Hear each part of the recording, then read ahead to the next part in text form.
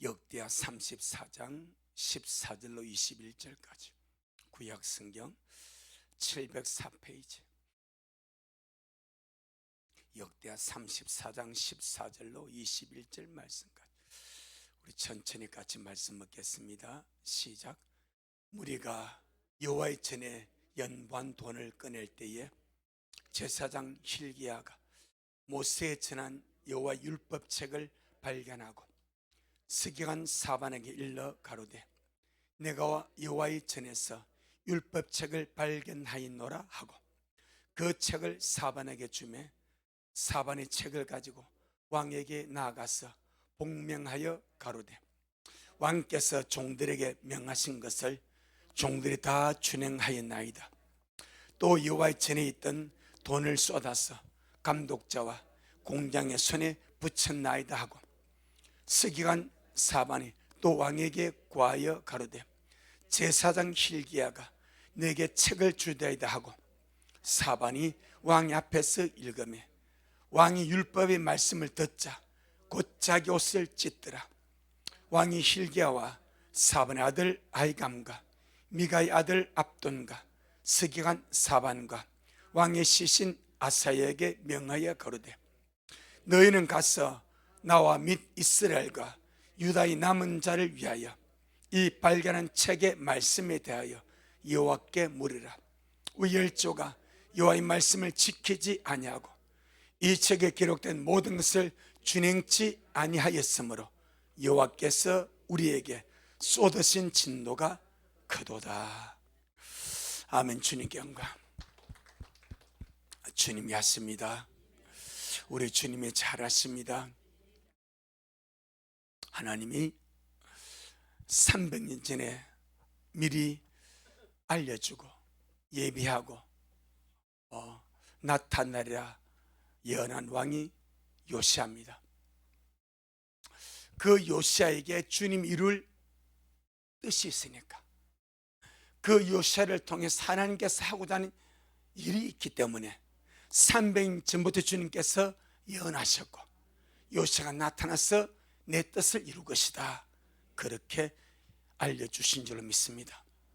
오늘 본문은 그 흐름 안에서 이 요시아가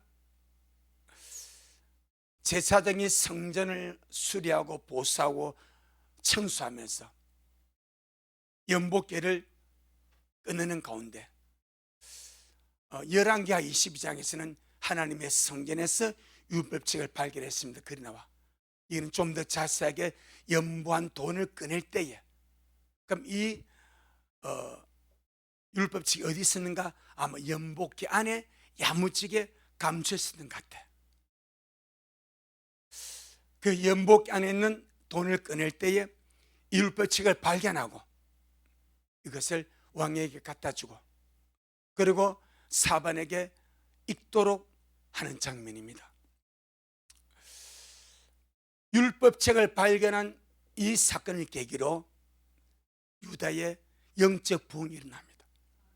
심령의 영적 부흥이 일어납니다. 우리가 성령의 충만함을 갈망하고 내 심령의 부흥을 원할 때 반드시 동반될 것이 말씀입니다. 말씀으로 하지 않으면 결국 심령이 안 뜨거워져. 반드시 말씀으로 할 수 있도록. 그래서 주님께서 300년 전에 주님이 예언하고 때를 따라 보낸 그 요시아가 하나님의 그 갈망 안에서 성전을 청소하고 우상단지를 깨부수고 그건 눈에 보이니까 잘했습니다. 그런데 누가 내 죄를 지적해 줍니까? 누가 유다와 이스라엘의 죄를 지적해 줍니까? 그 우리 결국 말씀이지 않습니까? 이 말씀의 거울에 딱 비춰보니까 왕이 자기 옷을 찢을 정도로 괴로운 거예요. 그래서 이 말씀을 가만히 보게 되면은 참 하나님의 말씀을 소중히 여기는 자가 진짜 복이 있구나.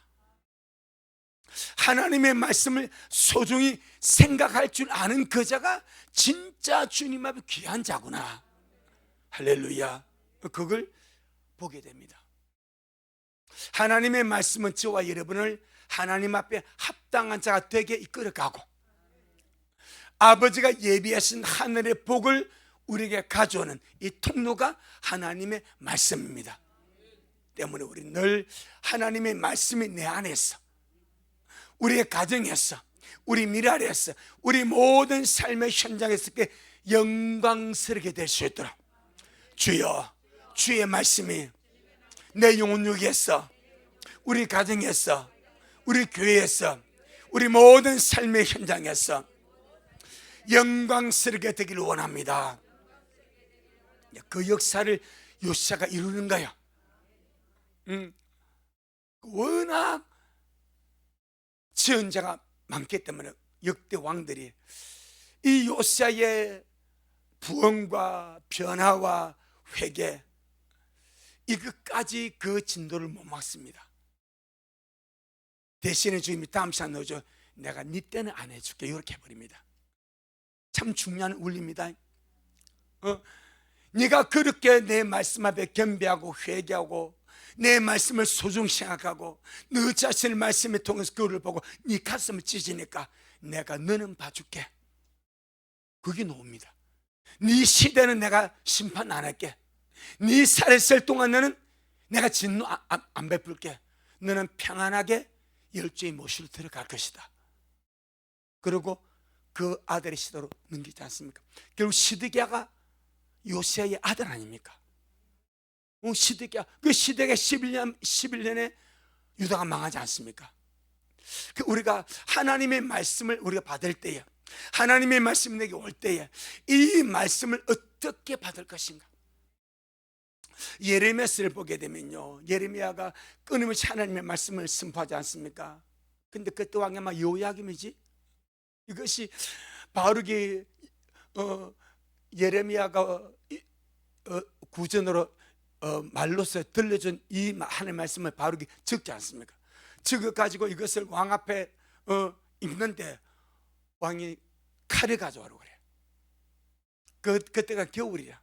그러니까 난로불을 피워놓고 하나님의 말씀 읽는데 그 말씀 읽고 나면 뜯어가지고 불살라버립니다.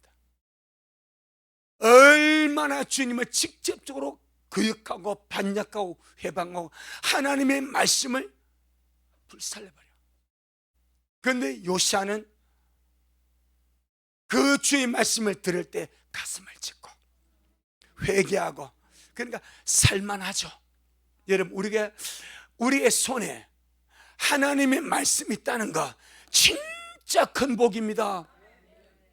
물론 너무 많았어. 처치곤란일 수도 있어. 한 것이 있으니까.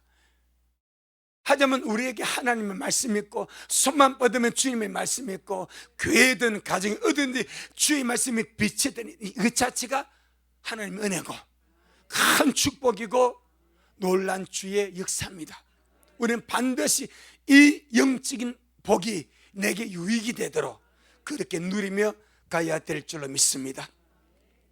그래서 성경은 세상의 길을 따라가지 아니하고 오직 주님의 길에서 주님의 말씀을 즐거워하고 그 율법을 주야로 묵상하는 자가 복이 있다 말하지 않습니까? 어느 만큼 복이 있는가? 저는 시냇가에 심은 나무가 시절을 쫓아 과실을 맺으며 그 안에 모든 일이 행통하다는 그 역사를 말씀하지 않습니까? 우리는 그 말씀을 그냥 성경 속에만 두지 말고 내가 그런 자가 되었어. 결국 주님의 길을 가는, 여러분, 주님의 길을 가는 것이 무엇입니까? 우리의 삶을 살아가면서 내가 주를 믿는다, 주를 믿는 주님의 길을 가거든. 주님의 길을 가는 것이 주님의 말씀을 따라가는 거예요. 주님의 말씀을 따라가는 것이 주님의 길을 가는 거 아니겠습니까? 할렐루야. 왜 주의 말씀을 따라가면 시냇가에 심은 나무같이 그렇게 은혜롭게 살 수밖에 없는가? 주의 말씀은 영이고 생명이고 온 육체의 건강이고 우리가 걸어간 길에 내 발의 등이고 내 길의 빛입니다. 좋은 것은 말씀 안에 다 있어. 영, 생명, 온 육체의 건강, 내가 걸은 인생 가는 길 내 발의 등이라, 내가 걸어간 게 빛이라. 그럼 여러분, 캄캄한 어두운 길을 가는데 등이 없어. 어떻게 길을 갈 겁니까? 내가 가는 길에 빛이 없어. 만약에 캄캄한 밤에 이렇게 운전하다 보면 외곽에는 그런 차들이 거의 없어. 시내는요 라이트를 끄고, 요즘 차는요 시동 막히면 앞에 그 계기판에 불이 들어와. 그러니까 이게 밤에 불이 켜지 않긴지 모르고 그냥 가는 거예요. 이걸 스텔스 차량이라 합니다. 자기는 안에 계기판에 보이고, 그 다음에 또 가로등이 있으니까 길이 보이는데 사람들은 그걸 못 봐. 그래서 그런 교통사고가 많이 난단 말입니다. 가로등이 있어도 빛이 없으면 자기 보호가 안 돼버려요. 그래서 낮에도, 유럽에서는요 낮에도 전조등을 켜고 다니는 거예요. 남을 위하고 나를 지키기 위해서. 하물며 세상에 이 체력 극한한 이 세상을 살아가는데 우리가 가는 길에 등이 없어? 우리가 가는 길에 빛이 없어? 그럼 뭘 믿고 가는 거예요? 무엇을 빛을 삼아 가는 거예요? 어떤 등을 들고 가는 거예요? 그래서 빛이 있고 등이 없으니까 무엇으로 사는가? 내 소견, 내 생각대로 사는 거예요. 우리 사사기 잘 압니다. 사사 그렇게 칠까지 어둡고 타락하고 부패하고 방탕하고 그렇게 망할 수밖에 없는 그 시대, 왜 그랬습니까? 하나님의 말씀이 없어버려. 자기 소견에 옳은 대로 사는 거예요. 사람의 소견은 다 다릅니다. 하나님의 말씀은 하나입니다. 그런데 사람의 소견은 전부 다 다릅니다. 다 천태만상입니다. 그러니까 다 제갈 길로 가요. 이게 타락이고 이게 우상숭배고, 그래서 어둠 속에 갈 수밖에 없다. 할렐루야. 그러니 주를 믿는 자가 하나님의 말씀을 버리고 하나님의 말씀을 가까이 하지 않냐고, 그 말씀의 길을 따라가지 않냐면 하나님의 길을 알 수 있는가? 없습니다. 없습니다. 그럼 결국은 껍데기 신앙 되는 거예요. 그래서 골로새 3장 16절에 그리스도의 말씀이 너희 안에 풍성히 거하게 하라. 주님의 말씀이 너희 속에 풍성히 거하게 하라. 영이 되고 생명이 되고 건강이 되고 등이 되고 가는 길에 빛이 되도록. 아멘. 그래서 순간순간마다 빛을 받아서 그 길을 걸어갈 수 있도록 그렇게 말씀을 채워라. 이 말씀이 없으면 쭉증입니다. 어디로 갈지를 알지 못합니다. 그래서 자기 소견대로 살아갈 수밖에 없으니까 어두운 중에 헤맬 수밖에 없다. 특별히 성경은 이 마지막 때에 확실한 예언의 말씀을 어두운 데를 비추는 등불이라고 합니다. 말세지만을 걸어갈 때 설교는 청년은 등을 들었어. 이것이 확실한 예언의 말씀입니다. 이 등이 있으니까 실망하지 않고 낙심하지 않고, 아무리 주님 오심이 드디어 온다고 여겨져도 여전히 기다리며 갈 수가 있는 겁니다. 베드로후서 1장 우리 19절.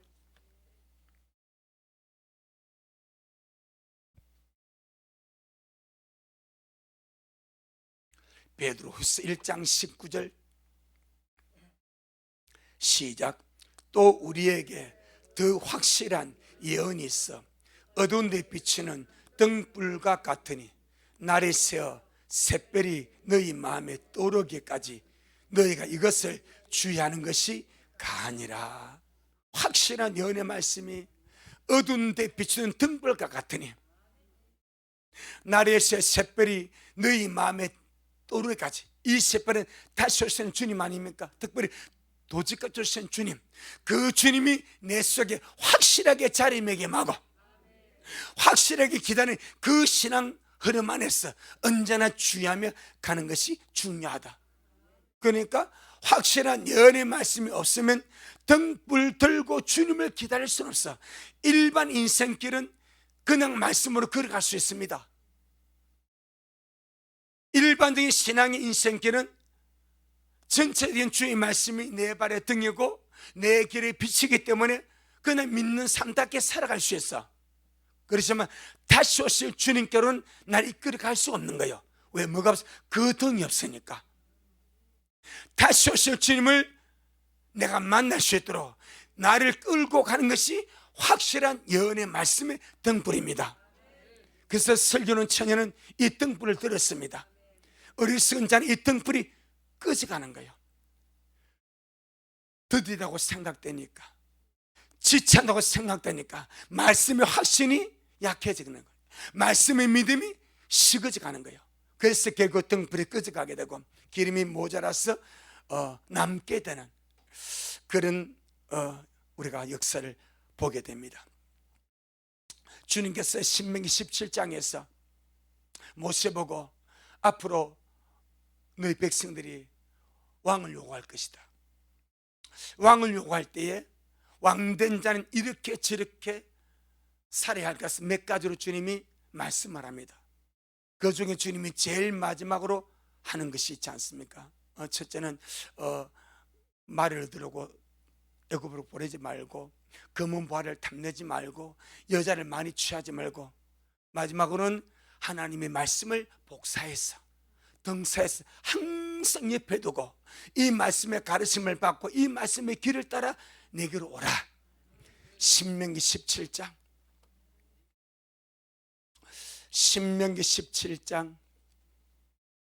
18절로 20절.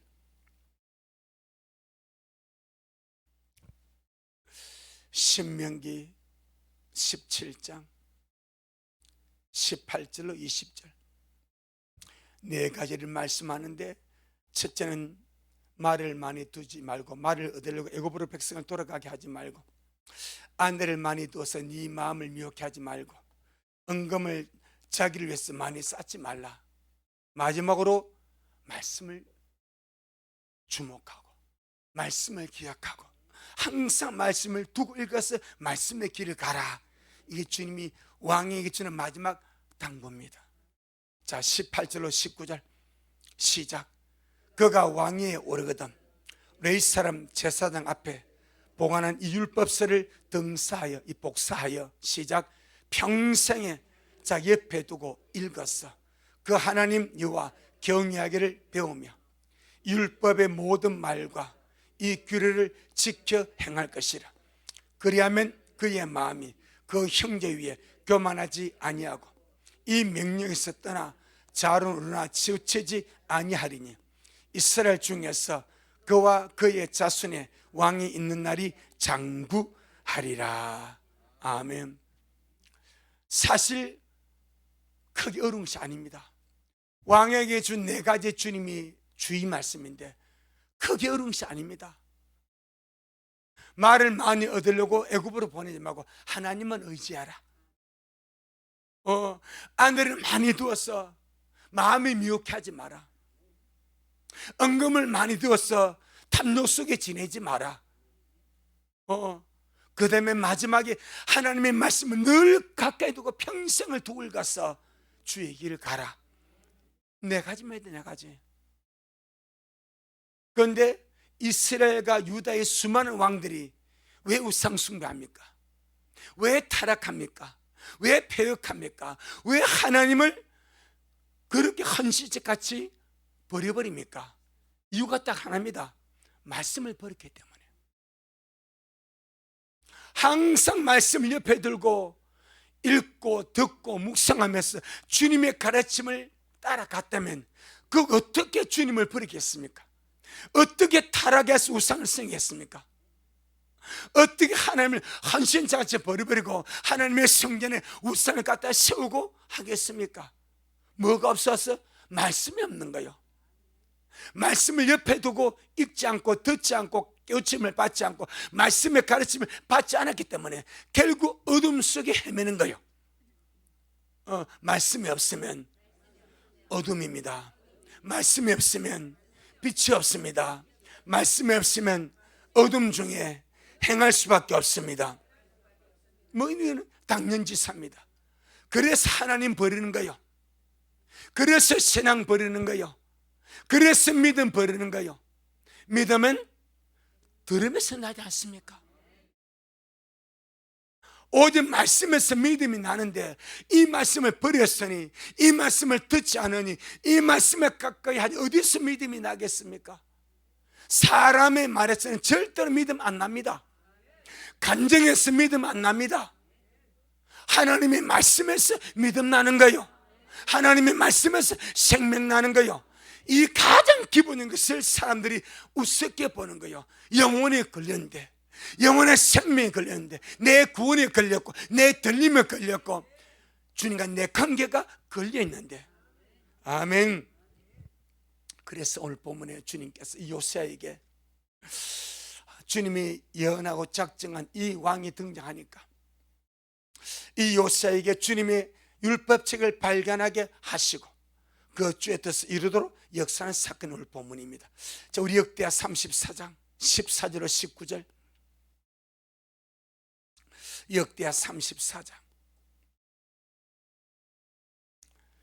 14절로 19절. 시작. 무리가 여호와의 전에 연반 돈을 꺼낼 때에 제사장 hil기야가 모세에 전한 여호와 율법책을 발견하고 서기관 사반에게 일러 가로되 내가 여호와의 전에서 율법책을 발견하였노라 하고 그 책을 사반에게 주며 사반이 책을 가지고 왕에게 나아가서 복명하여 가로되 왕께서 종들에게 명하신 것을 종들이 다 준행하였나이다. 또 여호와의 전에 있던 돈을 쏟아서 감독자와 공장의 손에 붙였나이다 하고 서기관 사반이 또 왕에게 고하여 가로되 제사장 hil기야가 내게 책을 주더이다 하고 사반이 왕 앞에서 읽으며 왕 율법의 말씀을 듣자 곧 자기 옷을 찢더라. 하나님의 말씀이 성전 깊숙한 곳에 백성들이 연보하는 연복기 안에 감춰 있었습니다. 하나님의 성전에서 하나님의 말씀이 낭독되고 하나님의 말씀이 선포되고 하나님의 말씀이 울려 퍼져서 백성들이 말씀의 가르침을 받아야 주님의 길을 갈 수가 있어. 그런데 말씀이 숨겨져 있었습니다. 그러면 하나님의 성전에서 말씀이 선포됐다는 거요? 안 됐다는 거요? 안 됐다는 거예요. 하나님의 성전에서 말씀이 선포되지 않냐고, 말씀이 강론되지 않냐고, 말씀이 울려 퍼지지 않으면 백성들은 말씀을 들을 길이 없습니다. 그 왜 하나님의 말씀이 율법책이 연복기 안에 왜 성전에 감춰 있었을까요? 악한 왕이, 요새보다 먼저 있던 악한 왕들이 하나님의 성전에서 하나님의 말씀이 선포되는 것을 금지하고 방해하고 회방하고 대적하고 하나님의 말씀이 보이면은 이것을 불태우려고 찾았기 때문에 제사장 중에 어떤 제사장이 안 보이게 꽁꽁 숨겨놓은 것이 그 자리였습니다. 그런데 주님께서 주님의 뜻을 이룰 왕이 나오니까 이게 은혜입니다. 주님의 마음을 시원하게 하고 주님의 뜻을 이룰 왕이 나오니까 그동안 발견되지 않았던 이 연복계 속에 있던 책이 발견이 되어버린 거예요. 여러분 보세요. 그동안 연복계 돈을 냈겠어요? 안 냈겠어요? 냈지. 이때는 요새 18년째입니다. 왕이 된 지 8살에 왕이 되고 왕된 지 18년째예요. 그러면 대략 26세입니다 이제는 충분히 성인이 되었어. 그가 말씀 앞에 자기를 고백할 수 있고 말씀 앞에 순종할 수 있고 자기 의지대로 말씀을 순종하고 말씀을 따르고 말씀의 길을 갈 수 있는 나이가 되어버린 거예요. 만약에 9살 때 율법책이 발견돼서 그럼 이 9살짜리 무슨 의지를 하겠습니까? 항상 주님은 때를 기다립니다. 사람이 급하지 하나님은 급하지 않습니다. 사람이 급하지 하나님은 급하지 않습니다. 모든 것이 그래서 항상 주님은 주님의 때를 기다립니다. 요시야 왕 18년에 나이 26세 때에 충분하게 성인이 되었어. 충분히 믿음도 장성했어. 이제 제게 말씀이 들어가면 이 말씀에 순종하고 이 말씀에 길을 가고 이 말씀으로 내 뜻을 이룰 수 있겠다 했을 때 주님이 숨겨졌던 율법책을 발견하게 하신 거예요. 우연은 없습니다. 모든 것에 하나님의 역사에 우연은 없습니다. 아멘. 감춘 말씀을 발견하게 함으로 하나님의 길, 하나님의 역사를 이루어가게 하신다. 이게 항상 주님의 중요한 영적 원칙입니다. 말씀이 없으면 하나님께서 말씀에 의한 말씀 역사를 이룰 수가 없습니다. 항상 주님이 제일 먼저 하는 것이 말씀을 먼저 보냅니다. 그리고 그 사람에게 맞는 말씀을 만나게 합니다. 그 사람이 갈망하고 소원하고 이루기를 원하는 그 말씀을 발견하게 하고 듣게 하고 만나게 함으로 그 길을 가게 하십니다. 아멘. 아마 다른 악왕이 감춘한 율법책을 발견했으면 어떻게 했습니까? 불태우지 않았겠습니까? 칼로 베버리지 않았겠습니까? 어떻게 하나님은 어떻게 처리했을지 몰라. 그래서 주님은 주님께서 원하시는 그 자가 나타날 때까지 이 말씀을 꽁꽁 숨겨놨다가 이제 장성한 나에게 되어서 말씀의 길을 갈 수 있고 회개할 수 있고 주님의 뜻을 이룰 수 있는 그 때가 되니까 말씀을 발견해서 역사하게 하신 줄로 믿습니다. 아멘. 주님이 하십니다. 우리 주님이 잘하십니다. 요시야 왕에게만 이 영적 원리가 적용되는 것이 아닙니다. 모든 자에게 적용됩니다. 다른 말로 말씀이 내가 가는 길입니다. 아멘. 말씀이 내가 가는 길입니다. 그래요. 내가 붙들고 내가 기도하고 내가 먹고 내가 마시고 그렇게 가는 그 말씀이 내가 걸어가는 길이고 이 길을 걸어갈 때 평안이 있고 마치 여러분 길을 걸어갈 때 새신이 낫습니까? 헌신이 낫습니까?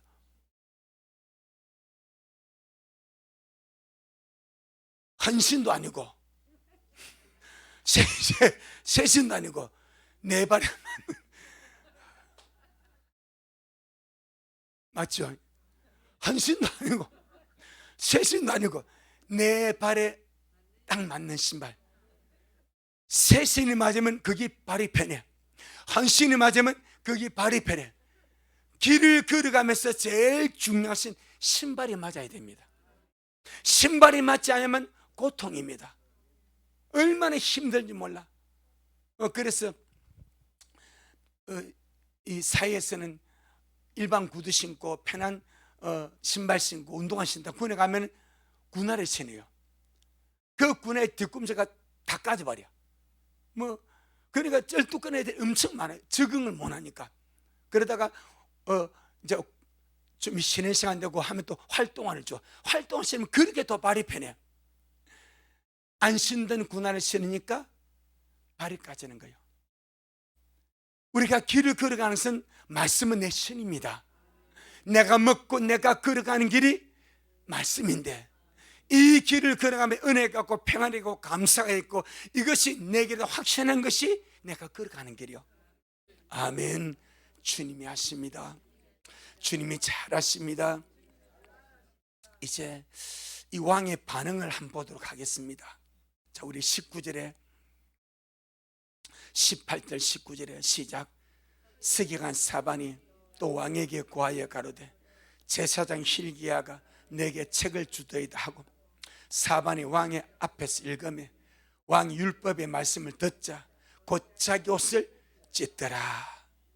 참 여러 가지 귀한 의미가 있습니다.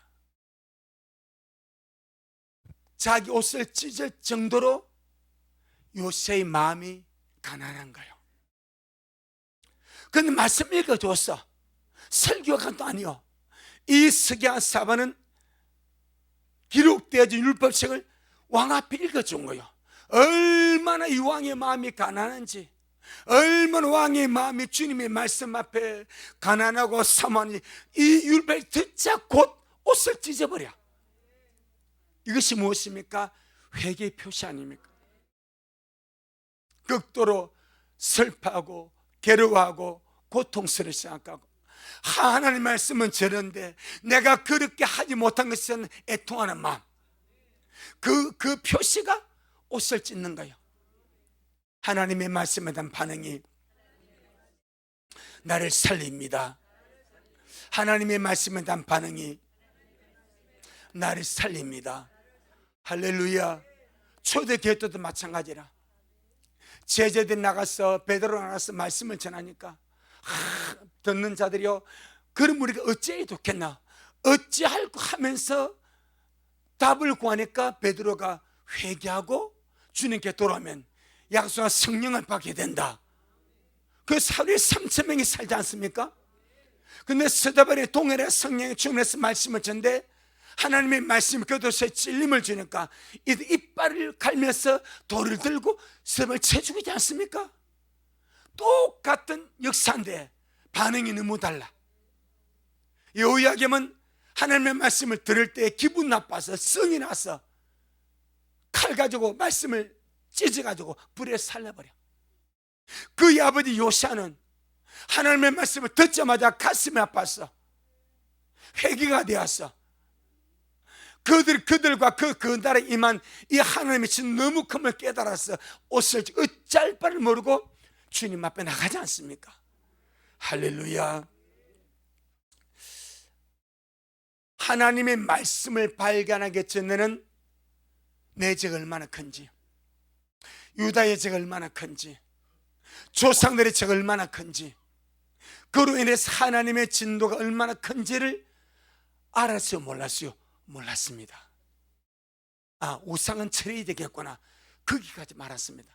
성전은 깨끗하게 해야 되겠구나, 우리 많이 잘못했구나, 열조가 많이 잘못했구나, 이 나라 참 큰일이네, 여기까지 인식했습니다. 근데 기록된 주님의 말씀이 자기 앞에서 읽어지는 것을 보고 가슴을 찢으니 큰일이다, 이는 너무너무 심각한 문제다. 할렐루야. 이것은 다른 것이 아니고 하나님 말씀 앞에 자기를 낮추고 자기를 비워서 가난한 심령으로 그렇게 주님의 말씀을 받는 너무나 귀한 마음을 여기서 보여주고 있는 줄로 믿습니다. 우리 이사야 57장 한번 보겠습니다. 이사야 57장, 이사야 57장 14절로 15절에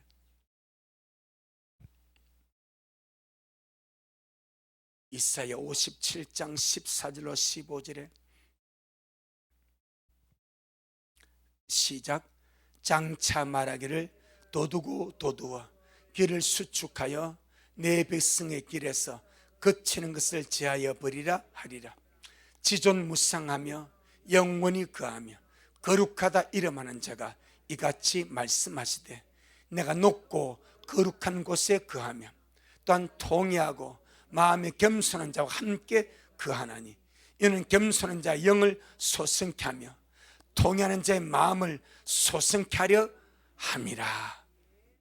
주님 자신이 하신 말씀이 내가 높고 거룩한 곳에 거한다, 그러면서 통회하고 마음에 겸손한 자와 함께 거한다. 어쩌면 극과 극입니다. 우리 주님이 보실 때는 주님은 주님의 자리가 가장 높고 지극히 거룩한 위치입니다. 그런데 사람의 마음이 낮아져서 겸손함으로 그 마음이 가난해서 주님을 회개하며 나가면 그 마음도 참으로 주님이 가는 그런 심령이 될 수가 있다. 아멘. 그러면서 주님이 하신 말씀이 이는 겸손자 영을 소성케 하며 통연한 자 마음을 소성케 하려 함이라. 왜 통회하겠습니까? 잘못했으니까, 죄가 생각나니까, 말씀 앞에 허물과 죄가 드러나니까 요시아같이 통회하는 거예요. 가슴을 찢는 거예요. 그런데 주님은 그것을 보고 살려주셔버려. 그것을 보고 주님이 소성케 해버려. 할렐루야. 그리고는 요시아가 이 책의 말씀에 대해서 여호와께 물으라고 말씀을 합니다.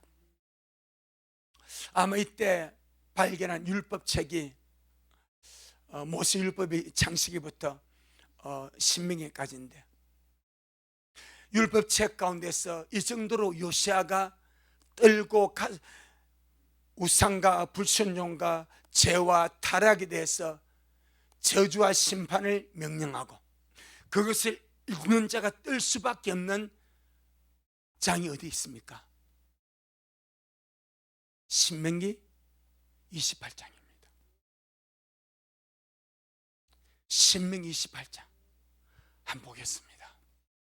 사람들이 신명기 28장 1절로 14절까지 들어가도 복을 받고 나가, 요것만 알아. 그는 작은 구절입니다. 들어가도 나가고 이 작은 구절입니다. 그런데 그보다 서너 배가 더 많은 분량이 우상 숭배와 범죄와 타락에 대한 하나님의 심판을 기록했습니다. 신명기 28장. 아마 이 말씀을 듣지 않을까, 주님께서 이 말씀을 발견해 가지고 이 말씀을 깨지게 만들고 이 말씀을 통해서 바로 서게 만들고 그러지 않았는가 하는 마음이 듭니다. 자, 우리 1절로 우리 14절까지는 우리가 잘 아는 복의 말씀이 들어가도 나가도 우양이 복을 받고 다 복을 받는 거예요.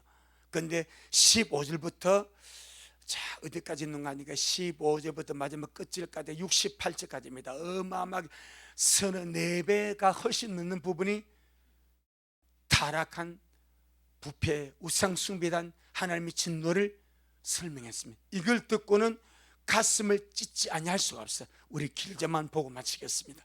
우리 15절로 끝까지 천천히 한번 보겠습니다. 제가 한 절 읽고 여러분 한 절 읽고 그렇게 한번 보도록 하겠습니다. 15절 제가 있습니다. 네가 만일 네 하나님 여호와의 말씀을 순종하지 아니하여 내가 오늘 네게 명하는 이 모든 명령과 규례를 지키 행하지 아니하면 이 모든 저주가 네게 임하고 네게 미칠 것이니 네가 성읍에서도 저주를 받으며 들에서도 저주를 받을 것이요 또 내 광주리와 떡반죽 그릇이 저주를 받을 것이요 내 몸의 소생과 네 토지의 소상과 네 우양의 새끼가 저주를 받을 것이며 네가 들어와도 저주를 받고 나가도 저주를 받으리라. 네가 악을 행하여 그를 잊음으로 네 손으로 하는 모든 일에 여호와께서 저주와 공구와 견책을 내리사 망하며 속기 파멸케 공구가 혼란스러움을 공구를 합니다. 견책은 책망을 말합니다. 여호와께서 네 몸에 연병이 들게 하사 네가 들어가 얻을 땅에서 필경 너를 멸하실 것이며 여호와께서 폐병과 열병과 상한과 학질과 한재와 풍재와 썩는 재앙으로 너를 치시리니 이 재앙들이 너를 따라서 너를 진미케 할 것이며 네 머리 위에 하늘은 노시 되고 네 아래 땅은 철이 될 것이며 여호와께서 비 대신에 티끌과 모래를 네 땅에 내리시리 그것들이 하늘에서 네 위에 내려서 필경 너를 멸하리라. 여호와께서 너로 네 대적 앞에 피하게 하시리니 네가 한 길로 그들을 치러 나가서는 그들 앞에서 7길로 도망할 것이며 네가 또 세계 만국 중에 헛텀을 당하고 네 시체가 공중의 모든 새와 땅 짐승들의 밥이 될 것이나 그것들을 쫓아줄 자가 없을 것이며 여호와께서 애굽의 종기와 치질과 괴혈병과 개창으로 너를 치시리니 네가 치람을 얻지 못할 것이며 여호와께서 또 너를 미침과 눈먼과 경심증으로 치시리니 소경이 어두운 데서 더듬는 것 같이 네가 백주에도 더듬고 네 길을 형통치 못하여 항상 압제와 노력을 당할 뿐이니 너를 구원할 자가 없을 것이며 네가 여자와 약혼하였으나 다른 사람이 그와 같이 잘 것이요 집을 건축하였으나 거기에 거하지 못할 것이요 포도원을 심었으나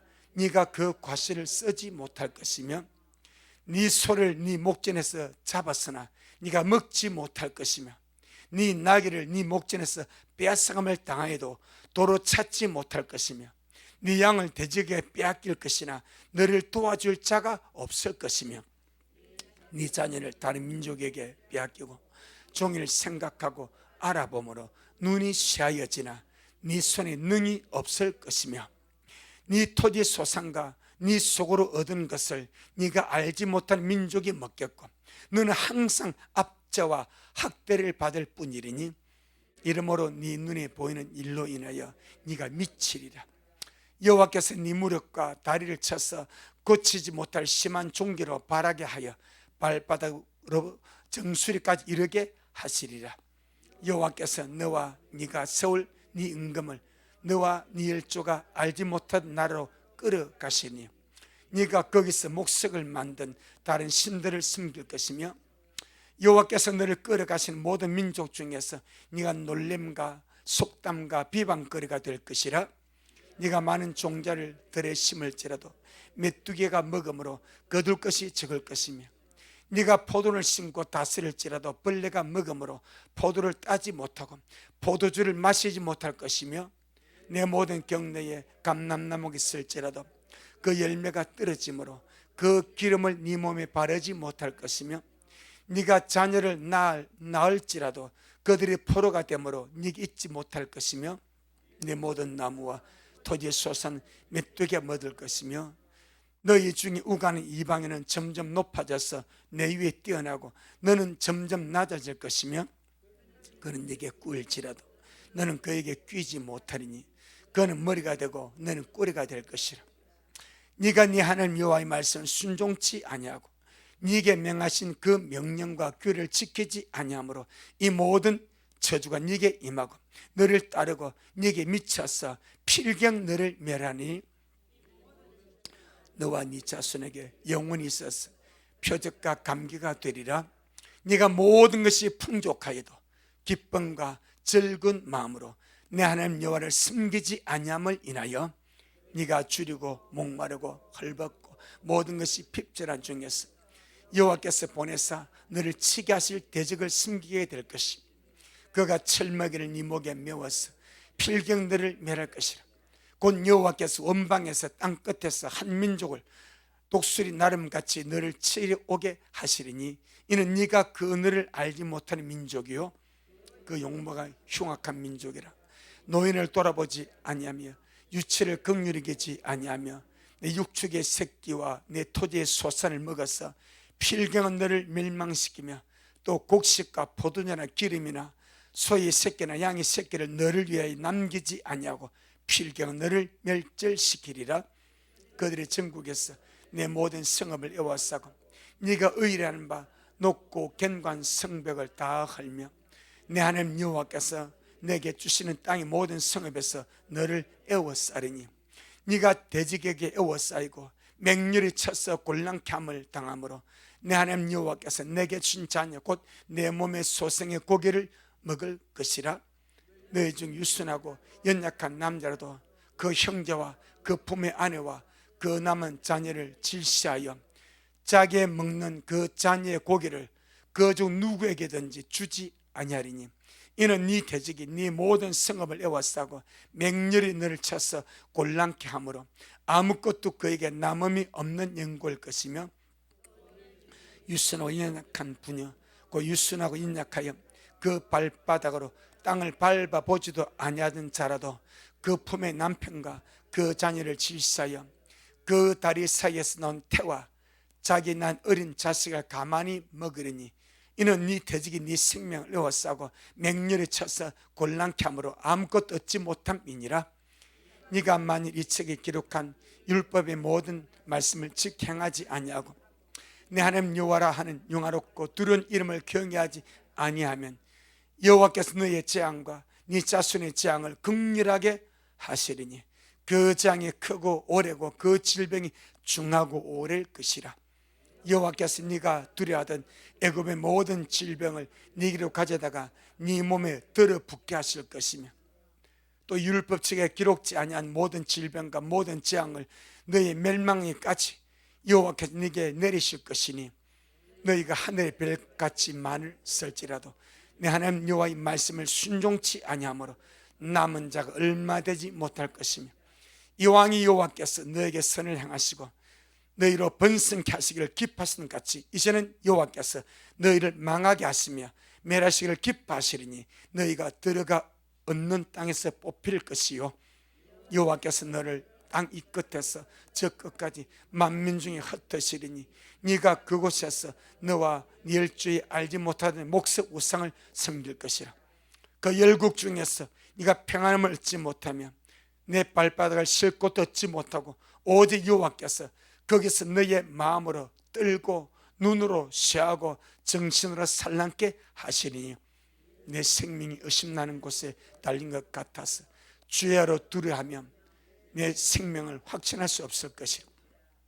네 마음의 두려움과 눈에 보는 것을 인하여 아침에는 이르기를 저녁이 되었으면 좋겠다 할 것이요 저녁에는 이르기를 아침이 되었으면 좋겠다 하리라. 여호와께서 너를 배에 실으시고 전에 네게 구하여 이르기를 네가 다시는 그 길을 보지 아니하라 하시는 그 길로 너를 애굽으로 끌어갈 것이라. 거기서 너희가 너희 몸을 돼지에게 노비로 팔려하나 너희를 살 자가 없으리라. 요시아가 이 말씀을 듣고 옷을 안 찢겠습니까? 이 말씀을 듣고 그냥 넘기겠습니까? 이 말씀을 듣고 가슴을 치며 회개하며 애통하지 않겠습니까? 다시 역대하 34장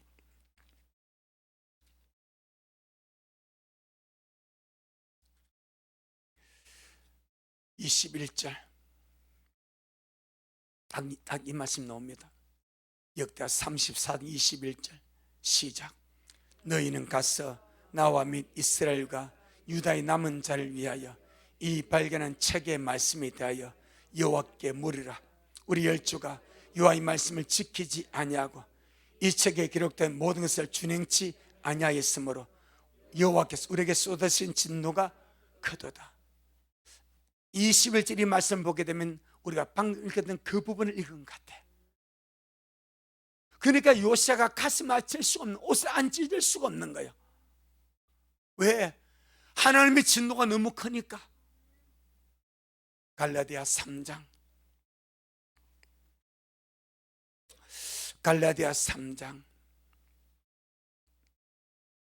13절 갈라디아 3장 13절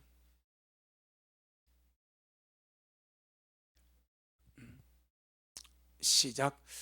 그리스도께서 우리를 위하여 저주를 받은 바 되사 율법의 저주에서 우리를 속량하셨으니 기록된 바 나무에 달린 자마다 저주 아래 있는 자라 하였습니다. 무슨 저주에서? 율법의 저주. 그 율법의 저주가 우리가 방금 읽은 신명기 28장 15절로 68절의 내용입니다. 그 무시무시한 율법의 저주를 주님이 채찍에 맞고 매맞고 십자가 달려 저주를 받고 죽으심으로 속량하려 버렸습니다. 우리는 저주받을까 두려워서 주를 승리하게 되면 안 됩니다. 구약은 그랬습니다. 우리는 이미 받은 은혜가 너무 큽니다.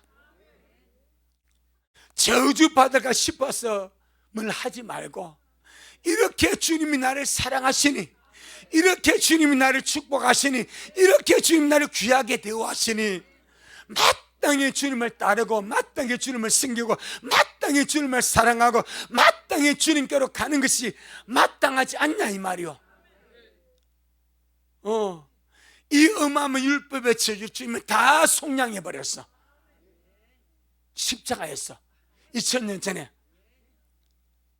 물론 지금도 주님의 징계는 있습니다. 행편 따라 사람 따라 그 우리 다 알 수가 없습니다. 하지만 거기는 율법의 전주님 속량했습니다. 아멘. 우리 저주받을까 두려워서 뭘 하지 마세요. 사랑함으로 감사함으로 나를 불러서 주의 신부 되어서 이렇게 주의 길 가게 하시니 다 감사함으로 달려간 우리 되길 주 이름으로 축복합니다. 고맙습니다. 주님, 300년 전에 요시아는 아이가 태어나서 하나님의 마음을 시원하게 하며 주의 뜻을 이룬다고 예언하시고 나서 주의 말씀대로 300년 만에 요시아가 정말 등장해서 주의 마음을 시원하게 해드리고 있습니다. 요시아가 이룰 그 역사를 위해서 숨겨놨던, 감춰놨던 주 율법책을 발견하게 하셔서 그 말씀을 지침 삼아서 회개하게 하고 가슴 치게 하고 온 백성들이 다시 언약을 새롭게 맺게 하고 주님 앞에 올바로 서도록 내적인 부흥, 영적 부흥을 이루어가는 것을 우리 주님 봅니다. 요시아에게 맞는 말씀을 발견하게 하셨습니다. 마지막 우리 미랄 주오심을 준비하며 달려갑니다. 어떤 사람들은 순교 말씀을 발견하고, 어떤 사람들은 환난 통과의 말씀을 발견하고, 어떤 사람들은 보지도 못하고 있지만은 우리에게는 환난 전 천년의 들림의 말씀을 발견하게 하시고 알게 하시고 보게 하시고 믿게 하셨사오니 너무너무 감사드렸고, 우리 이 길을 걸어가며 내 발에 딱 맞아서 너무나 행복하고 너무나 좋고 너무나 즐거운 일이 되었습니다. 우리 미랄 모두 아름답게 주님을 깨닫는 행복한 길 기쁨으로 달려가서 영광의 주님을 배웁도록 역사하여 주시고, 이 길 걸어가면서 날마다 정결케 되어가게 하시고 더 거룩해져가게 하시고 더 주님 닮아가게 하시고 더 온전한 신부들로 잘 단장되어 가도록 그렇게 역사하옵소서. 오늘 우리 주님이 잘하셨습니다. 모든 영광 주님께 돌려드립니다. 예수님 이름으로 기도 올려옵나이다. 아멘. 하늘에 계신 우리 아버지여, 이름이 거룩히 여김을 받으시오며 나라가 임하옵시오며 뜻이 하늘에서 이룬 것 같이 땅에서도 이루어지이다. 오늘날 우리에게 일용할 양식을 주옵시고 우리가 우리에게 죄 지은 자를 사하여 준 것 같이 우리의 죄를 사하여 주옵시고 우리를 시험에 들게 하지 마옵시며 다만 악에서 구하옵소서. 나라와 권세와 영광이 아버지에게 영원히 있사옵나이다. 아멘. 아멘. 주님께 영광. 주님 잘하셨습니다.